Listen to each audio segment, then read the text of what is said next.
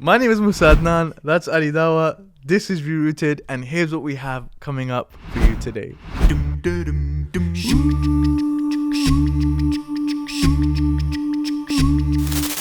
One sister comes up to me, and she says to me, "I love you."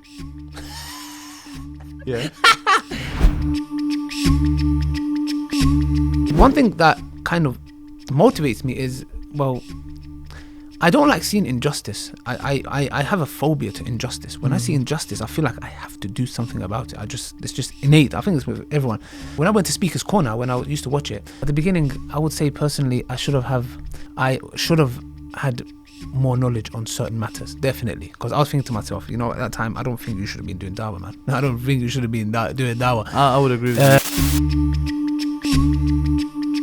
One of the things that I wanted to discuss with you is the marriage documentary now. Yeah. I wanted to talk about the marriage documentary. It's just 3 years late. I don't know why you're making such a big deal out of it. It's 3 years late. Yeah, of course. It's finally coming. Yeah.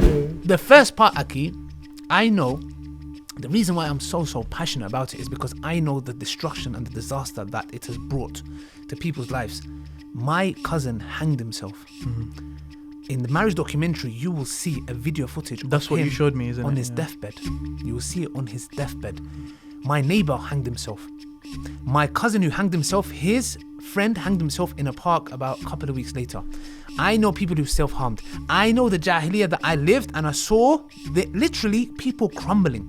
Listen, look, we go through everything, brother. We go through everything. Talaq, khula, marriage, what you can ask, can you go on a halal day, can you speak on the phone, text messaging, the dad's not accepting it, there's a sister who's, bro, everything to do with marriage, everything, literally all angles, we're going through everything. Yeah. And it's just a learning curve. You just get your pen and paper and just know, because this is, we're going to people of knowledge. It's not coming from me. I'm going to people of knowledge. Sheikh Mufti Mink's in it.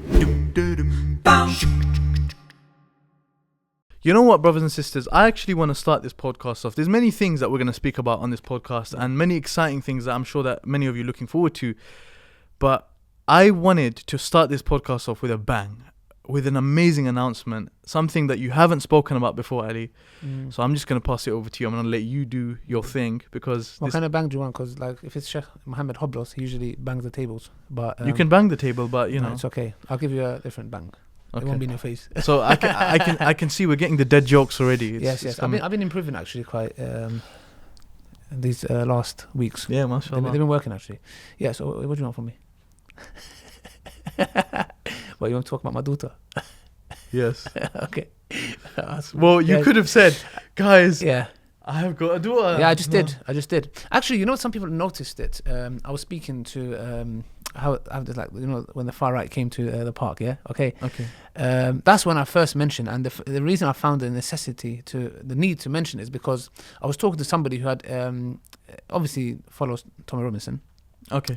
And they were obviously had this issue about the grooming gang issue, etc. Yeah. So he's talking about it, etc. And I said, look, if it was your daughter, etc., do you think as a Muslim, I'm just going to think, oh, that's a non-believer, and I'm going to turn a blind eye? I said, at that moment, I was like, I said, I have a daughter as well. I said, if you knew my daughter was being treated like or something like that, are you going to turn a blind eye? He's like, of course not. So we had this kind of connection, and I thought there was a need, and I think it worked wonders in a way because it just made that person understand that I'm a father, I'm a human being, and we had this connection, and that was the first time, and I think people started clocking from there, like, oh, did he say he had a daughter? What? Did you get it? Yeah. And I wanted to ask you actually to speak about, and obviously we had a conversation yesterday with regards to speaking about it because I think that you've changed a lot since that happened. Really? Since I think you've changed a lot. Yeah. Obviously, I've known you for years, alhamdulillah, and many of the people online, they know that as well. And you've changed a lot as a person since you had a child. And I wanted to ask you, how do you feel like you've changed since you had your daughter? Obviously, she's been alive now. She's been around now for a couple of years, alhamdulillah. Yeah, just over 2 years. Just over 2 years. Yeah. So how has that changed your life? And a lot of the time you would speak about marriage, you'd speak about zina, you'd speak about your whole marriage documentary. We're going to speak about that as well. How did your mindset change with regards to all of these things when you actually had a daughter yourself? Yeah, man, it just puts everything into perspective, to be honest, because with me, I'm a kind of person, sometimes people come to realizations, yeah? So, for example, in the marriage documentary, you will see the trailer coming out, inshallah, this month. She's in there. She's actually in there. You'll see it. I'm just going to, this is a little exclusive thing going on.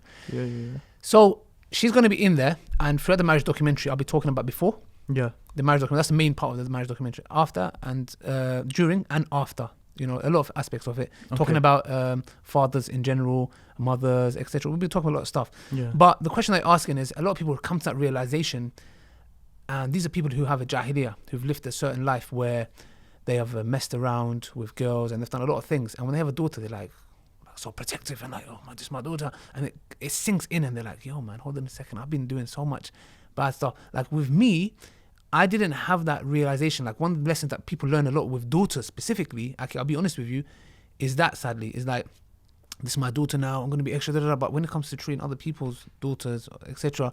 So some people have that realization. With me, obviously it was living experience, because with me, I like to put myself in a lot of people's shoes and be like, look, I would not want to treat a female in that specific way, because if that was my daughter or it was my sister, that was before I even have a daughter.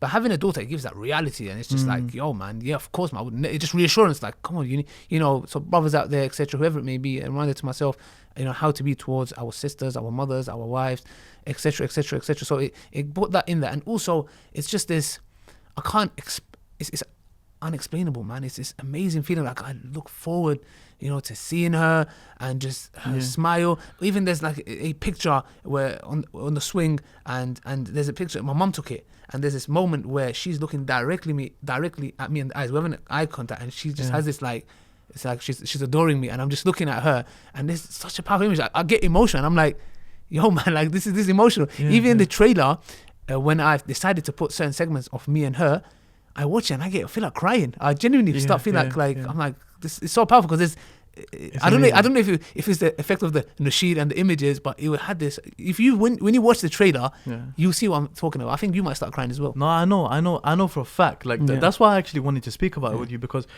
I think specifically with fathers as well, and I really think that you deserve a daughter as well, because with daughters, fathers generally speaking, they have a very, very close connection. Yes. And that's something I've seen with you as well. And even me, like, subhanAllah, for all of the people, obviously I'm sure you're not gonna maybe put her face in public, maybe you will, so you're not going to, but like me, obviously I've seen her and I've spent time with her, and she looks just like you. She looks just like you, and I don't know if you see that, but she looks just like, I think here like your eyes, definitely your eyes, like she looks just like you. Like if someone saw her, inshallah she doesn't have my nose. I'm sure she doesn't. Yeah, I think even she at her young age, ya Allah, please, you know. No, I'm only joking. But like this is what I wanted to speak about. I think it's really, really it changes a person. Yes. You know, are there any other specific changes you've seen in yourself after having a daughter, where you felt like, man, this is really I think responsibilities, man. It's like, you know, I'm a bit careless, I'm a bit irresponsible with certain things. But with that, you can't be like, oh yeah, I'll just leave you here. And you know, it's not that. You know, responsibilities where, you know, and that's somebody that you're going to be questioned about. Do you get it? Yeah. Amongst many other things. So, you know, making sure, you know, that, you know, discipline is there, you know, not doing everything she says, etc. You know, doing it for, and I think that works. There's that connection between I have with her, you know, like if she starts going a tantrum and start throwing everything, I'll be like, no, pick them up. Yeah, pick them all up, make her pick up, even though she doesn't like it. But the issue is, we have that. So we have that connection where she listens to me. Like if she wants to do something and she knows I don't like it, she'll look at me and she'll be like, Baba, like, you know, when someone wants to ask you something, like, Baba, and I'm like, yeah, and she's so clever, she tries to divert the issue, and so if she wants to go through that door, she'll be like, Baba, and she'll try to speak like, look, she tries to make sentences in it, and then you can see her slowly, her feet going, like, you know, outside the door, so you can see, I just find those little things cute, but I think it's mainly responsibility. I think it's, you know, that, you know, it's taught me that. I think that's one thing that I've learned. Maybe there's many things I can't think at the top of my head.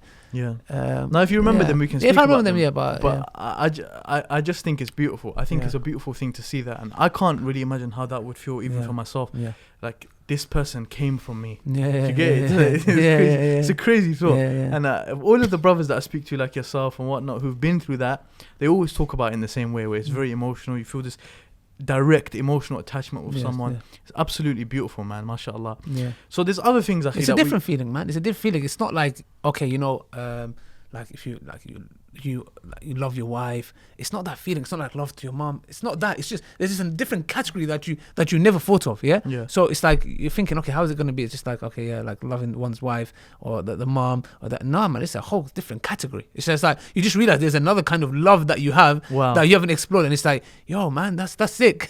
You know, because do you get what I'm trying to say? It's very interesting. Very interesting. And I think for people like myself who've never felt that before, it's something to look forward to. I guess there's something definitely to look forward to after marriage, and it's beautiful because Allah, you know, He makes a person look forward to marriage when they're young, then they get married, and then He makes you look forward to children, and it's as if Allah is making it easy for you to live this life. You go through stages. Allah, I don't know if there's a verse in the Quran. Allah says, like, we'll put you through stages and stay like you're gonna go through things. Do you get what I'm trying to say? And you've gone through a lot of things, haven't you? Oh yeah, a lot, man. You've gone through a lot, specifically with the marriage documentary. I mean, that I wanna, you know, talk about that separately. But like, even with that, the whole reason why you're making the marriage documentary is because of the amount of problems you've gone through and outside of the marriage documentary.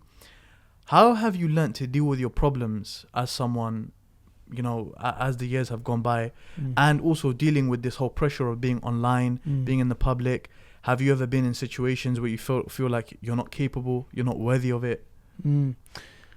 Yeah, it's come with its pros and cons, but the stuff, like, you know, it's been hard. You know, there's certain things that I went through where there was times where I like, as a human being, I said, I can't carry on, psychologically, physically, mentally, whatever you can say. I can't carry on. I was like, I hit rock bottom. I was like, I cannot carry on any further. Carry on what? Like the marriage search, yeah. For example, what I was going through. Okay. There's even issues, you know, that happen after marriage as well, etc. I go in detail about this, like not too much in detail, but I discuss it, you know, because I want people to learn and not make the mistakes that I made. Do you get what I'm trying to say? When I was looking to get married, so there's a lot of things that I went through, Aki, and it shapes you. It shapes you. It makes you realize there's things that I've said. Okay, you know what, I made a mistake here. You know, as a public figure, there's this, because you need to understand you carry this responsibility. Yeah. Some people are careless about it, but with myself personally and the people that I'm around, we take the matter very seriously, because we don't just see it as, I'm a public figure, etc. No, that's a responsibility. And sometimes you think about it, people think, oh, you're a public figure, it must be so good for you.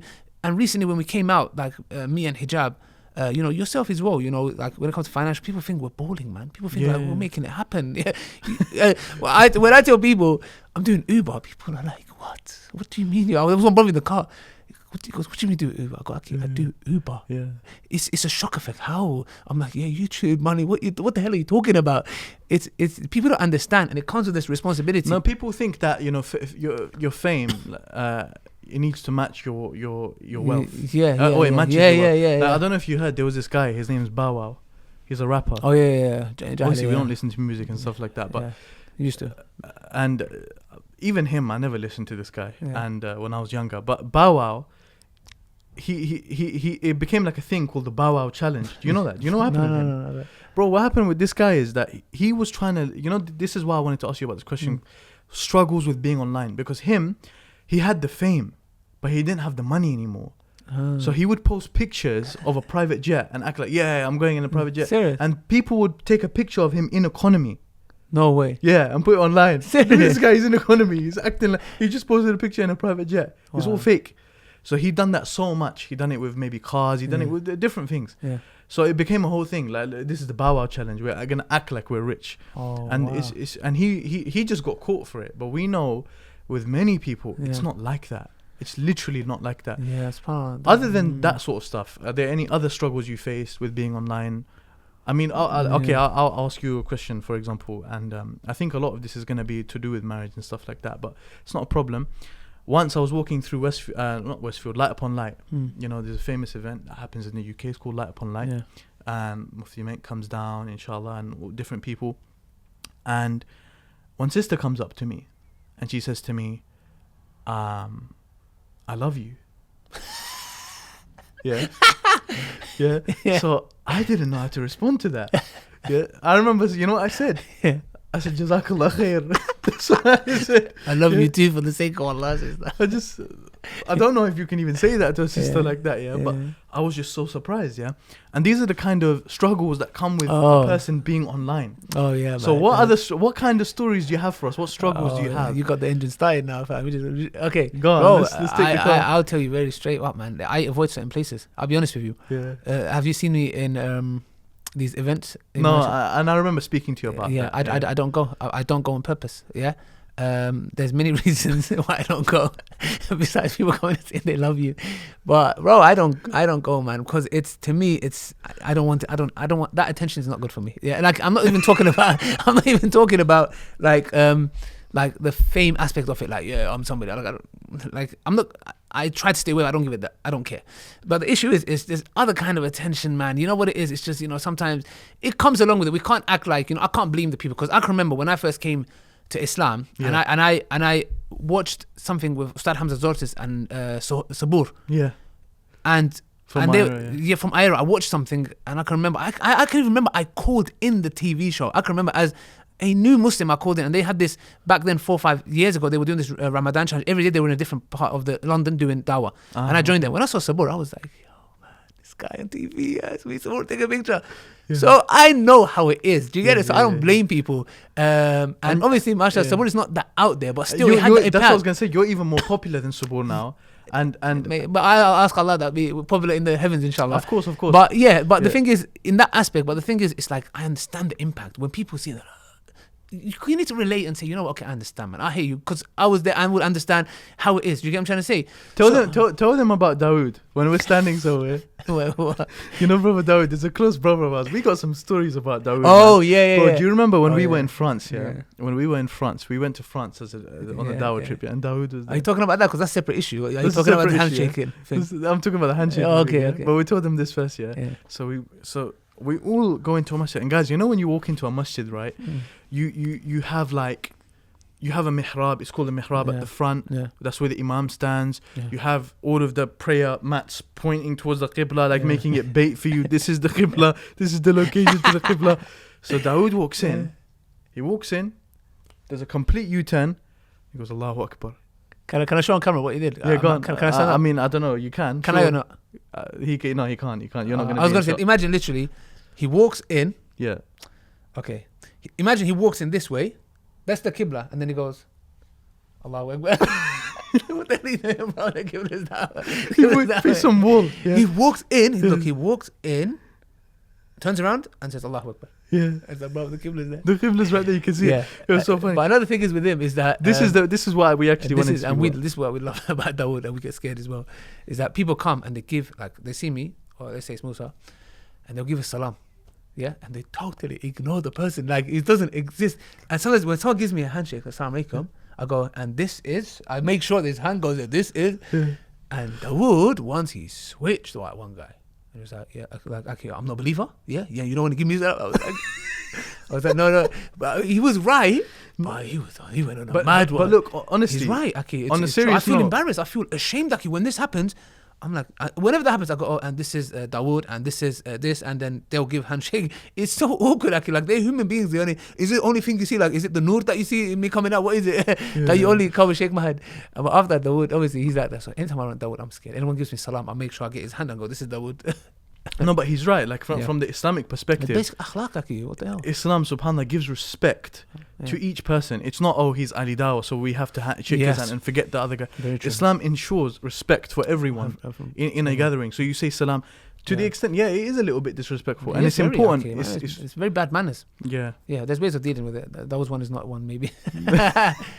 But personal struggles. Other than that, of course, there's many struggles. There's many struggles with being an online personality. Yeah. There's a lot, man, because there's this issue of you need to. It's your intentions. It's one of the things that you daily basis. It's just daily basis, and there's different things, man. We do create. One of the things. Look, I'll give you a hint, and you remember. Yeah. When do I recently, not recently, but when I spoke to you last, what would I do when I upload my videos? To do with what? What do I usually do when I'm uploading my video and you say to me, Ali, why are you uploading it at this time? Remember the timings that I would upload it at? Which timing? Remember when I'm gonna upload it? Yeah. I have usually a specific time I upload it. Okay. But I changed that pattern. Oh yeah, I know why. Why? To do with your intentions. So you see, it's and even sometimes the type of videos you make. Yes. Do you see it? So the thing is, why I did that is because I was thinking, okay, we have like a whole science behind the YouTube scene. Okay, you release at this time because people come back from work and you build a little hype, and then when you put it there. But sometimes what I said is now I need to break that, because to me that's like, okay, that time we're gonna get the most views and people are gonna benefit, etc. But then I thought to myself, no, forget it. I'm gonna release at 1 a.m. Everyone's sleeping. I don't care. I'm gonna release at 1 a.m. For your intentions, it's for myself, brother. I need to say to myself, yes, I'm gonna release at 1 a.m. I don't care. Do you get it? I don't care who watches it. Nobody watches it. I'm releasing at 1 a.m. It's just that constant battle. We would do all kinds of silly things. Like you it might be silly. Like, why do you need to do that? Because you don't know what's going on in my head. You don't know what's going on in my heart. Do you get it? The battles that I have, you have no idea. So I would do that. There's a variety of other things that you would do, bro. Yani, look at like some of, I think it was Imam Ahmed. Who was it? That he would go and clean the toilets. Yeah. I was gonna also mention another story from one of the Sahaba where they didn't like being known. Yeah. They didn't like being known, you see. So when he would go to a place and they would find out that people don't know us here, they say Alhamdulillah that people don't know us. Alhamdulillah. And with being online, I don't know if you felt this before, but I felt that before as well. When I've gone to a place and I haven't been recognized and people don't put me on a pedestal, I actually feel very happy with that. Not only that, I actually feel very happy. Yes, you do, but sometimes you have this, it's subconscious. It's like a withdrawal symptom. You expect people to have this withdrawal symptom, like, okay, but I don't know if it's because of arrogance or because you expect it. But you're like, okay, you see someone maybe comment smiling, and he's smiling to the guy behind you, like okay, maybe it's coming to say, do you get it? But you have these expectations, and then it's obviously it sinks in, and hopefully it's not because of arrogance, it's because of you're used to it. But you just this expectation, like, okay, people are gonna notice me, because you're just used to it. So we hope, inshallah, it's not of arrogance, but it's because we're so used to it that we're expecting it. Do you get it? Expecting not in an arrogant way, but just like, okay, do you get it? I hope, inshallah, that is the case. So subhanallah, like we've just started talking about everything, just like gone straight into it. We're talking about you giving da'wah, etc. I want to reverse a little bit. I want to talk about times when we would be in the car, and this is when I remember there was a time where we would call. Do you mind me saying your real name? You can. I don't mind. It's not a big deal. Are you sure? Yeah, the far right now, so it's fine. So I remember there being times where we didn't call Ali. We were calling him his real name. Oh yeah. Erdi. We would call him Erdi. I would call him Erdi. Yeah. Erdo. Yeah. I would call him Erdi. Yo, Erdi, come here. This, that. What are you doing? Except it was like that. And I remember times where you were so like new in the deen that you would do some things that are like completely haram. But you didn't know. Like, for example, once we were in the car and I was like, Ali, I was talking to him about something, and he was like, nah, bro, it's not like this. No. Where did I go? Yeah.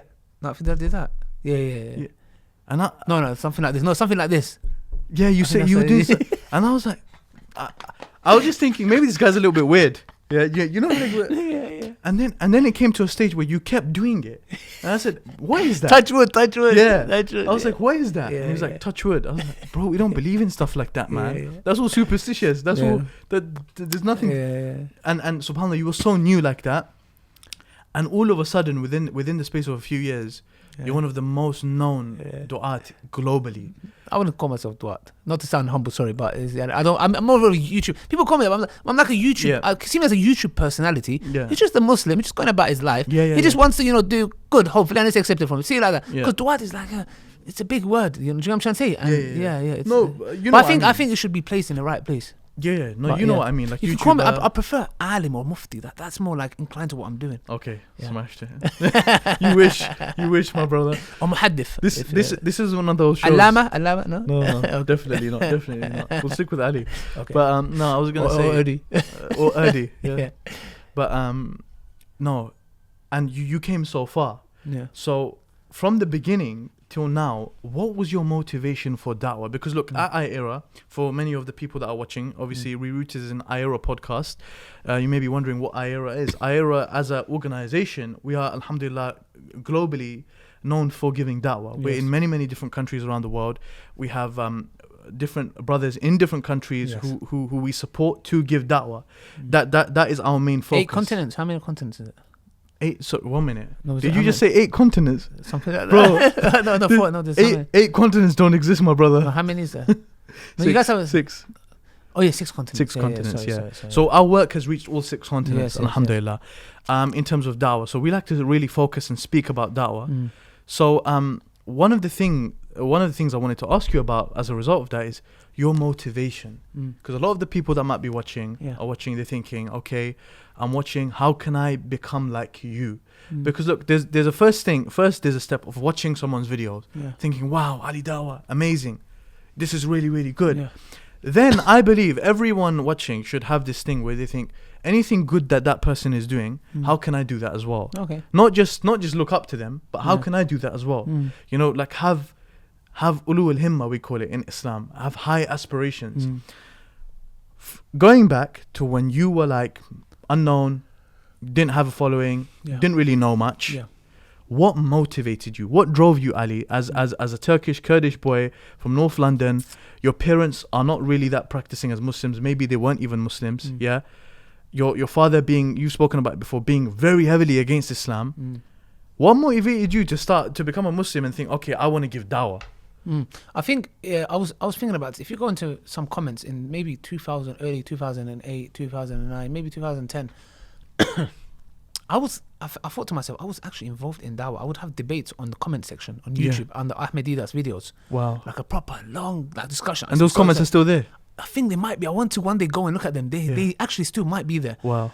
And I used to have these discussions because I used to watch these videos to learn about Islam, and then things that I learned, I would have discussions about the stuff that I learned, you know, John chapter 7, this, that. And I would have these discussions. And one thing that kind of motivates me is, well, I don't like seeing injustice. I have a phobia to injustice. When I see injustice, I feel like I have to do something about it. It's just innate. I think it's with everyone. But when I would see Islam being misrepresented, I felt that like my duty, like I was like, come on, like, you know, like I was thinking, getting like, I can be there and I can say this, and you know when you're there watching a boxing match, and you're thinking, yeah, you do uppercut, you know, you can do this, you just, and I had that in me. It's just this thing that I had inside me, you know. I thought that I can, you know. And when you go to the, when I went to Speaker's Corner, when I used to watch it, and when I went there, and bear in mind, I've been watching videos of Ahmed Dida, Zakir Naik, Sheikh Khalid Yassin, Abdul Rahim Green, so many people I've been watching, and I'm learning things. So obviously I'm there watching, and when I went to the Speaker's Corner and I saw people misrepresenting Islam and talking about it, and then I couldn't hold myself. And when I came out, that's when I realized the potential, and that's what kind of, it was the injustice that I saw, where I was like, how are these guys saying this? This is not true. And that motivated me, the injustice that I saw.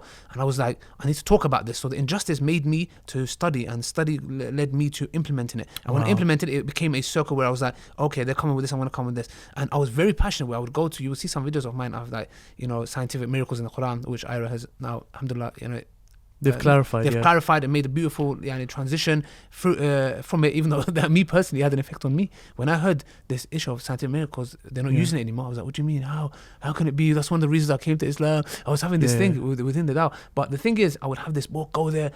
I was just so passionate. I made other people. Don't go into that yet, because I want to speak to you about that. No. But like all of these things kind of motivated you. So subhanAllah, like one of the things that really struck a chord with me, what you said actually, and kind of gave me goosebumps just now, is you said about you saw potential in yourself and you worked on that. And subhanAllah, like I feel like so many people, they know the things that they're good at. All of us know what we're capable of. We all know the blessings Allah has bestowed upon us, the understanding, what we can do with that understanding, the knowledge, what we can do with that knowledge. Maybe, my brother, you're good at video editing. Maybe you're good at what you do, giving da'wah. Maybe you're good at, having debates, etc. How can you use that to support the truth, which is Islam? And that is so motivational. That is so amazing, because I know for a fact, bro, from when we were younger, that's something that we saw in you. That's something that we saw in you, that you had this potential and you always worked on it. And I've never seen you be lazy with that potential. Many of us, myself included, we become lazy with that potential. So we know that we can do something, but we just don't do it. And I think this is important for many of the young people watching to understand that you can do this. You can give da'wah. You can be the next whoever you want to be in the da'wah. It's just about realizing your potential and going on that and working on that. Look, bro, within the space of 5 years, I wanted to speak about this with you. Your self-development has been amazing. Like the other day, Allahumma barak, I was listening to you. Obviously, everything could be better, because I just saw like you made a face like everything could be better. Did you find the tajweed issue? No, but that's what I was saying. Your tajweed, your Quran has really improved, bro. From being someone when you became a Muslim not knowing how to read the Quran to now reciting the Quran and working on your tajweed and getting good tajweed and getting better. Subhanallah, I was speaking to my teacher about it. And my teacher was even mentioning Ali's tajweed has really, improved. Ali, went to have ice cream together. I was reciting to him. Ali's tajweed has really, really improved. And subhanallah, that's an amazing thing. That's an amazing thing. Why did it improve? Why did you feel the need to work on yourself? Because I do remember there was a time where both of us we would slack on that. We would slack on our self-development. Yes. I know what made me change. What made you change? Personally, it's I always. Did you ever find yourself in a situation where you questions asked to you and you just don't know the answer? Like, is that one of the things that made you change? It happens a lot. Not really. Yes, maybe at the beginning, because at the beginning, I would say personally, I should have. When I'm talking about beginning, I'm talking about 2000 and late end of 2013, 2014. I should have had more knowledge on certain matters, definitely, because I was thinking to myself, at that time, I don't think you should have been doing dawah, man. I don't think you should have been doing dawah. I would agree with you. But I'm talking about those early times. I'm talking about the basic stuff. Because I don't want people to get this twisted and think, because there's a lot of people out there still till this day, you're not qualified to do dawah. Memorize this chain of thing goes. Okay. Why do I need that for? Just okay. All right. So we have those kind of people, just to be honest. Okay. So they're going to think. See, I'm talking about early stages. But personally, what motivated me, there was a lot of other aspects of it. People, always talk, etc. But I didn't want to prove. That's why I said to you, if you remember one point, I said I don't. Even though I've memorized Quran, I don't recite it in my videos. Do you remember? Yeah, I remember. And I used to say to you, I don't want to do it. I don't have an intention issue. And obviously, I spoke to Ustad Yahya, and he said, look, that's from shaitan. You can't stop a good deed other than for this, for sake of Allah subhanahu wa ta'ala. So the thing is, I started implementing that. Now, obviously, I had personal development as well, because I've always been keen on learning, but there's just been certain obstacles that would come into place. And I think I didn't have a focus, because I wanted to learn a bit of this and a bit of that. And then, you learn, but you forgot. You have to be focused on one thing. So I made a decision about maybe a year ago. This is specifically with the Quran. Even though before that I was learning, but I went because now we had Salam, we set up Salam. Yes. And the main fundamental reason, one of them, was for my personal development. So I can, not work full time, and I don't have the time to do this. It was hard because we're at the studio, Salam Studios, for about 3 days a week. Do you get what I'm trying to say? So that's why it's dedicated, where I have Quran teacher. I have I do 24 hours or more a month. So I do 2 hours per day, or 1.5 hours for 4 days. 6 hours a week. So the thing is, it's concentrated. I'm with a teacher, and he works on for example, let's say I'm doing Uber between 8 to 9. It's dead. Boom, I'm doing Quran with my teacher. I'll pull up somewhere, I'll do Quran. If I was going to attend the class here, because Badr Academy was amazing, it was beautiful for me. It was so far, and I was working Saturdays. It was so hard. Do you get what I'm trying to say? And I'm in some kind of, because we've already mentioned, I'm some kind of a little debt. So because of that, so now I have a teacher who's flexible. So he's in Egypt, so I do it in Zoom. Do you get it? And he's a beautiful teacher. Amazing. He's got humor. He calls me Sheikh Ali, even though I'm not a Sheikh. It's he will say to me, Sheikh Ali, how are you today? It's in the culture as well. He's got this, he makes me want to learn. We got this brilliant relationship. We make jokes sometimes, etc. Really, so it's made me develop that. And alhamdulillah, I've broken the cycle by how I start reciting Quran. What I know, I start using it. I implement it now. Why? Because I know that was from shaitan, and that was because certain people, maybe unintentionally, besides them mocking me, it was that I have to prove something for them. I said, bro, I don't need to prove a point to nobody. You can call me Jahil, you can call me whatever you like.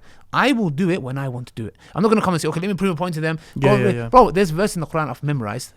I can go into it. Not Baqarah. Not Baqarah. But I'm saying, I could have gone and disproved them, but I'm not here I'm not here to prove no one wrong. I'm sorry, okay, you think, okay, I'm Jahil, okay, I accept, I'm Jahil, I don't know nothing, okay, thank you. When I'm ready, I'll do it. I was ready, the time came, and I could have done it, because these things were going on 2015, 2016. Till then, I just recently, I would say 6 months ago, I started using Quran. When I mean Quran, I mean the recitation. Yeah. Why? Because it was personal to me. I'm ready now. Kind of stuff. When I saw that, I was really, really impressed, and I was really, really happy that you're doing that, because that's a sign of self-development. That's a sign of self-development. Even Allah, He says in the Quran, أَتَأْمُرُونَ النَّاسَ بِالْبِرِّ وَتَنْسَوْنَ أَنفُسَكُمْ وَأَنْتُمْ تَتْلُونَ الْكِتَابَ أَفَلَا تَعْقِلُونَ. in Surah Baqarah, where Allah's talking about, and what's amazing about this ayah in the Quran is Allah saying, أَتَأْمُرُونَ النَّاسَ بِالْبِرِّ وَتَنْسَوْنَ أَنفُسَكُمْ. Are you doing things to other people and you're forgetting yourselves? You're forgetting. وَأَنْتُمْ تَتْلُونَ الْكِتَابِ. Who is Allah talking about here? Allah's not simply talking about people who, you know, they smoke a cigarette and then he's telling the other to smoke a cigarette. And if anything, that's a good thing, that you're struggling with something, but you're still telling people not to do it. Allah is talking about, you're the ones who are with the book. Antum tatluna al-kitab. You're the ones who read the book. You've got it. And you're forgetting yourself. How can you forget yourself? Do you understand? So this is like, if we can say, directly speaking about practicing people, people who are religious, people who are reading, people who are studying, people who are with the kitab, people who are with the book. Yet you're forgetting yourself and you're telling other people to do this. You need to do it first yourself. So self-development, I feel, is key for any person 100%. Who's trying to give dawah, do good. 100%. It's very important you self-develop yourself. And a good team as well, you know, when you have a good team, they encourage you, etc. And one of the reasons I went on like a sabbatical online, I stopped making videos, I stopped doing all of this sort of stuff and what, is honestly, genuinely because of my own self-development. I think it's very, very important. And when you do that, you'll become an addict. You'll want to keep doing it. And it will become a struggle for you to even come back to doing it. Like I'm struggling right now to come back with some of the videos. Really hard. Bro, moving on, one of the things that I wanted to discuss with you is the marriage documentary now. I wanted to talk about the marriage documentary. It's just 3 years late. I don't know why you're making such a big deal out of it. It's 3 years late. Of course. It's finally coming. You, ever since I met you years ago, you were not a religious person. You know, 3 years ago, I wasn't a religious person. You were religious. You weren't as in tune with everything as you are now. You weren't as knowledgeable as you are now, etc. All of those. That's what I mean. You were religious. Please just correct yourself. So, ever since I met you, this guy had some weird obsession with marriage and zina. Stuff like the issue of zina. He always wants to talk about marriage. He always wants to talk about zina as an issue. So I'm thinking, why this guy always? And then I remember once we did maybe on multiple occasions have a conversation about why you're so passionate about this. And I don't know if you've actually spoken about that in public. Why are you so passionate about the topic of speaking about zina and marriage? Why are you so passionate about these two things to the extent you're making a documentary about it? You found that in the documentary. Okay, you need to give us an answer. Thank you. Jazakallah khair. I think people are sick of hearing that as well. People are maybe going to start. I go into look. The part one has a twist to it in the marriage documentary. Okay. Part one. Give us some exclusive details. I was thinking of starting with the first ever sister that I came across, where I was a non-Muslim. Yes. I repeat again. I was a non-Muslim. I came across a sister, and I said to myself, I want to marry a woman like her. She was in abaya. Wow. So I said, I admired it. I was just like, I just admired it because of the jahiliyyah that I came through. I admired it. So you was looking for marriage even before you were Muslim? I'm being honest with you. What, you actually were? No. It might sound silly, but I was actually, I was a non-Muslim. I've been doing my research. I haven't accepted my shahada. I knew Islam is the truth, but I didn't accept the shahada. And I was like, I would love to have a wife like that. Just in my head, I was just thinking, I would love to have a wife like that. I'm sure you would. So obviously, but in my head, I'm thinking, about, how do I go about it? Well, I'm like, but it never came to my head, you need to accept Islam first. It's just, I didn't know that kind of stuff. How do I get married? No, I didn't know how to get married. And that hasn't stopped years later. So there's a twist in it, but you see, the marriage documentary was going to start like that. And it will start like that, but there'll be a little twist to it. Okay. But the thing is, I go back to, and I mean, obviously discuss this with my teachers, and the marriage documentary we're going to go through people of knowledge who are going to watch it thoroughly, so there's nothing, because I know people are going to take that as hujjah. Like, yes, Ali said this, we're going to, let's go and do that. So, but alhamdulillah, there's halal stuff in there, but we need to be careful with certain aspects. Yeah? Most definitely, yeah. Because as Allah said, don't tell the people what they're not ready to hear. There's certain aspects, even though it says, do you want them to disbelieve in Allah and His Messenger? That's a separate issue, but don't just, for everybody, here you go. Yeah? No, because the man who came to the Prophet said, can I kiss my wife in Ramadan, fasting? He said yes to one and no to other. Is it contradicting himself? No, because one was young, he can't hold his desires. He said no. The other one was old. He said yes, you can. Wow. Do you get what I'm trying to say? Hikmah. And even, if I'm not mistaken, Abdullah bin Masud, same thing when it came to a man said, if I kill someone, would I be forgiven? He said, no, you will not be forgiven. And another man came in the same gathering and said, You think a man came to Abdullah yes, bin yes, Mas'ud, yes. yeah? Can I kill somebody? Will I be forgiven? He said, yeah. And they asked him, why are you saying yes to one? He goes, that man, I saw in his eyes that he's about to kill somebody. That's what I said to him. No, you will not be forgiven. Wow. But he goes, the other man, he had killed somebody and he's looking for forgiveness, like repentance. I said to him, yes, you will be forgiven. You look like you're going to kill somebody just now. So the first part, Aki, I know the reason why I'm so passionate about it is because I know the destruction and the disaster that it has brought to people's lives. My cousin hanged himself. In the marriage documentary, you will see a video footage. That's of what him you showed me, isn't it? on his deathbed. You will see it on his deathbed. My neighbor hanged himself. My cousin who hanged himself, his friend hanged himself in a park about a couple of weeks later. I know people who self-harmed. I know the Jahiliyyah that I lived and I saw literally people crumbling. And I've seen this a lot, and Aki, it has an impact in me where I want to stop people. You've been through a lot of pain pertaining to this, isn't it? Yeah, there's a lot of issues, Aki. Like, I'll be honest with you. I was in a haram relationship. I'll be honest with you. And this is what I discussed in the part 1. Yeah. And we go and the girl that I was in a haram relationship with, and I'm only mentioning this out of benefit to the people. Is that the long-term one you were in? That was, yes. And she was half Asian, half white. And we go and see her mum. We go and speak to the mum after 11 years. And we go there and visit old friends. And we talk about people who were in haram relationships, where they are now. Wow. And we go in detail and we talk about there was 2 sisters who attempted suicide. Yeah? I'm going to leave it at that, man. They can find out. But, it's deep stuff. And there's a lot of things. Actually, I don't want anyone to. Wallahi, shall I tell you something? There's a personal instance that happened to me on Oxford Street. Yeah, that's actually what I was going to talk about. Leave it to the marriage documentary. I would say leave it. You know why? Because I can say I'm not a person that easily cries. But, bro, I was like a baby. This is fairly recent, bro. Yeah. I was distraught. Yeah, it wasn't recent. This happened a long time ago. This incident I'm talking about, maybe you're confused with something else. No, I know like a year ago. You're saying? No, this was a long time ago. This was when I just came to Islam. Oh, really? There was an instance that happened. We're talking about the same thing. I know we're talking about the same thing. When it involved the locker room. Yeah. Yeah. I know we're talking about the same thing, but I thought it was recent. SubhanAllah, that happened a long time ago. Okay. And that actually, I can't describe to you, but it broke me. And I said to myself, look, whatever's happened, yeah, and whatever I've seen people happening, what's been going on with my cousin, etc., I'm gonna make sure, be it the brother or the sister, that they do not go down this route. That's why the marriage documentary, the reason I started off like this is because how not to start your marriage. We've both seen a lot of heartbreak because of it. We've both seen. I mean, this is why, there was even things that involved both of us. There was things that involved both of us. You're in the marriage documentary, man. Them crazy late night. There was things that involved both of us. There was. Look at the camera and give that smirk. What happened? Yeah. Madness. There was things that involved both of us, subhanAllah, and we've both seen a lot of heartbreak because of it. I think it's very fair to say that these sort of haram things, both of us have seen it affect our lives. Yeah, definitely. Yeah. And that's why I believe that, inshallah, I really hope that the marriage documentary does well for you, really benefits people. For the people, yeah, inshallah. I wanted to give you this time on ReRooted to speak about it because I think, and obviously, Jazakallah khairan for some of the, exclusive plugs. By the way, you're only hearing this on ReRooted.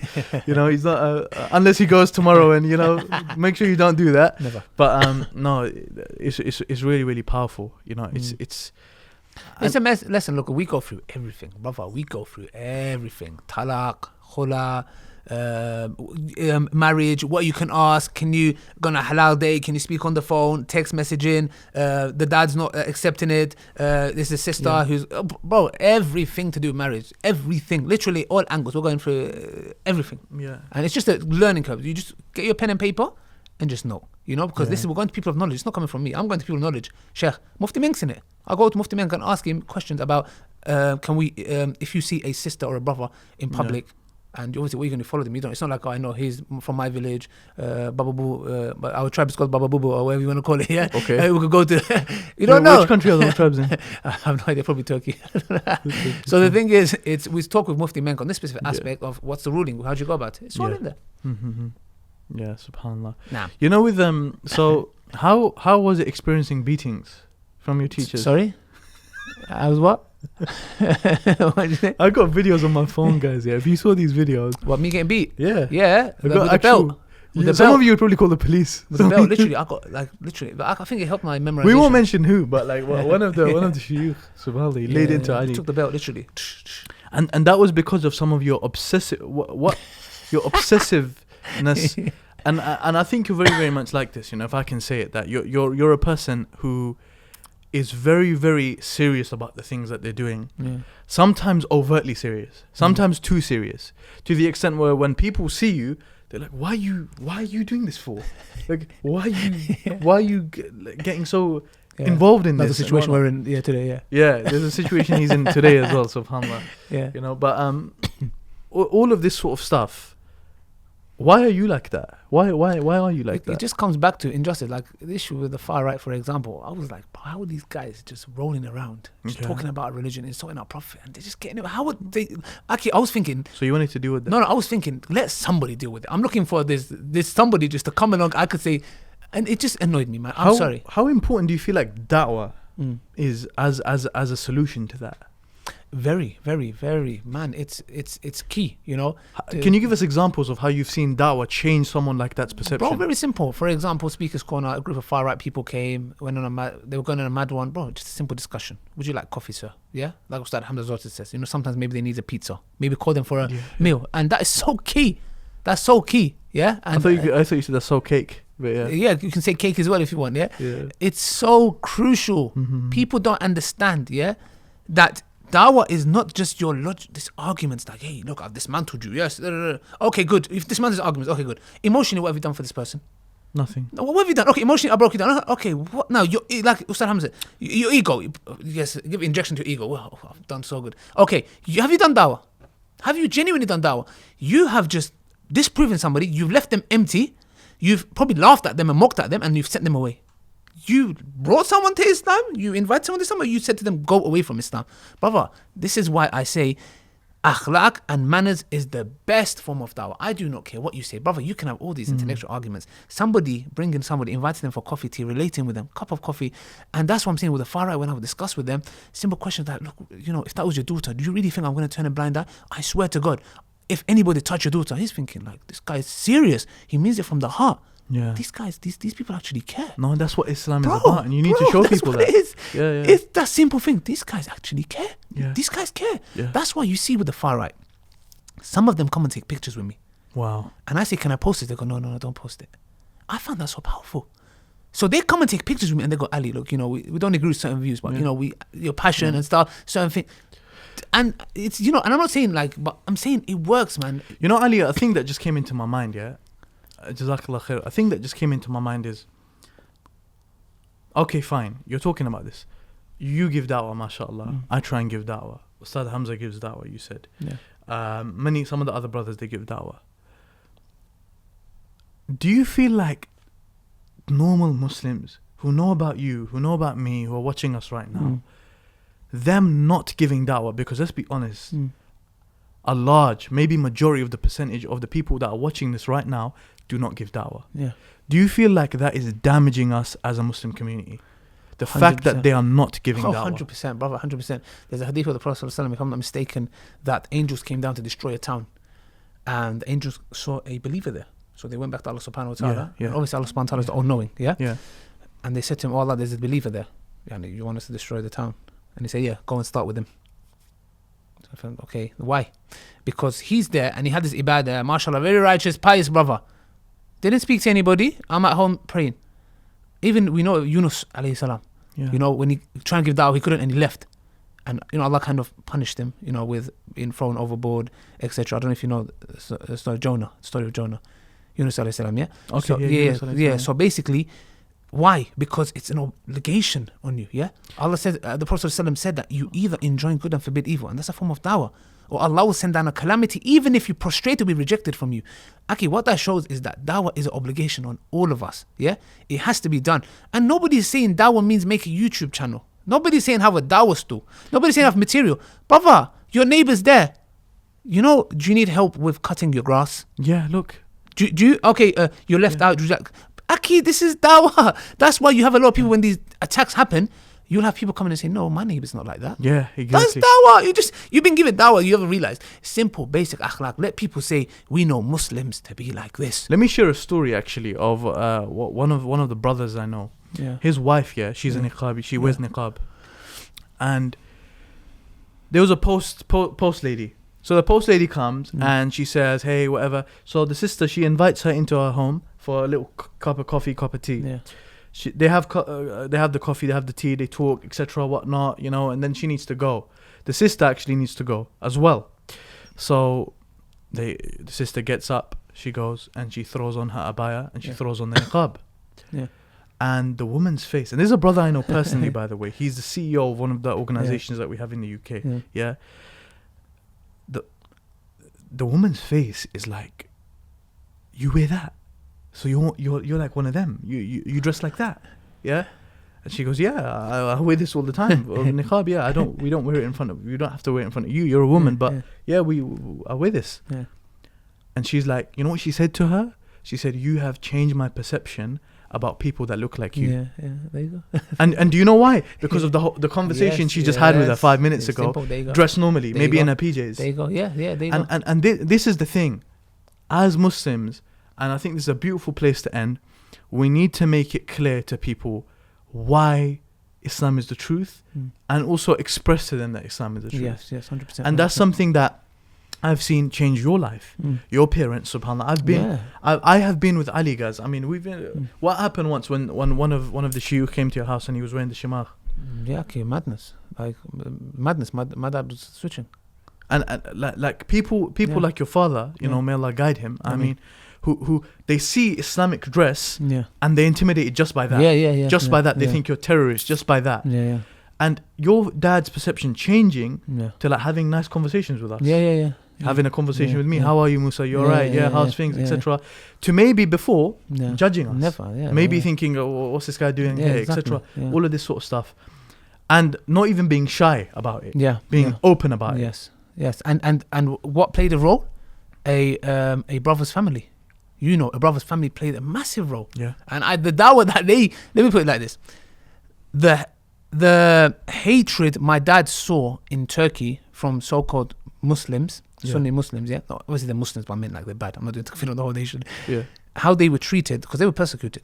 My family, they were persecuted. I've got to be honest, they were persecuted. So that perception that he had and the hate that he had towards Islam, all it took was this brother's family, to just be good manners, just when they come and all it took was that, and my dad softened.